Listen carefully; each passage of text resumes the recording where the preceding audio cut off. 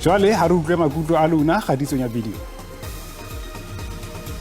Diphephetso tsa dikgohola tse etsahalang naheng ya rona ya Afrika Borwa di siya batho ka masisapelo a senang kutlwelo botlhoko. Ba bang ba dula ba sena matlo, ba bang ba hlokahetse, ba bang ke dikotsi mo ditseleng tsa rona tsa Afrika Borwa. Yaanong ke ne ke tla kopa hore batho ba hlokomele ketsahalo ena ya dikgohola mo ba tsamayang teng, le bana ba ske ba bapalla mo ho nang le dinoka teng.